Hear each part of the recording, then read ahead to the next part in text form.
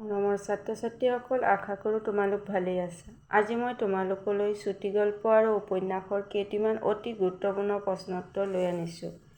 প্ৰথম প্ৰশ্নটো হৈছে, জোনাকী কাকতৰ প্ৰথম সম্পাদক কোন আছিল? উত্তৰ চন্দ্ৰকুমাৰ আগৰৱালা। 2. ৰহদৈ লিগিৰী উপন্যাসৰ ৰচক কোন? উত্তৰ ৰজনীকান্ত বৰদলৈ। 3. লক্ষ্মীনাথ বেজবৰুৱাৰ একমাত্ৰ উপন্যাসখনৰ নাম কি? উত্তৰ পদুম কুঁৱৰী। ফুল আৰু সাধনা উপন্যাস নে চুটিগল্প? উপন্যাস। শৰৎচন্দ্ৰ গোস্বামীৰ এখন গল্পপুথিৰ নাম লিখা। উত্তৰ হৈছে বাজিকৰ। 6. লক্ষ্মীনাথ বেজবৰুৱাৰ এখন গল্পপুথিৰ নাম লিখা। উত্তৰ হৈছে সুৰভি। 7.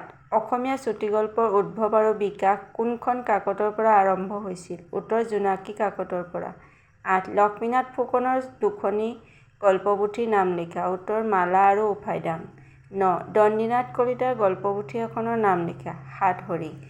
10. ভানুমতী উপন্যাসৰ ৰচক কোন? ভানুমতী উপন্যাসৰ ৰচক হৈছে পদ্মনাথ গোহাঞিবৰুৱা। 11. মইনা গল্পপুথিখনৰ ৰচক কোন? উত্তৰ শৰৎচন্দ্ৰ গোস্বামী।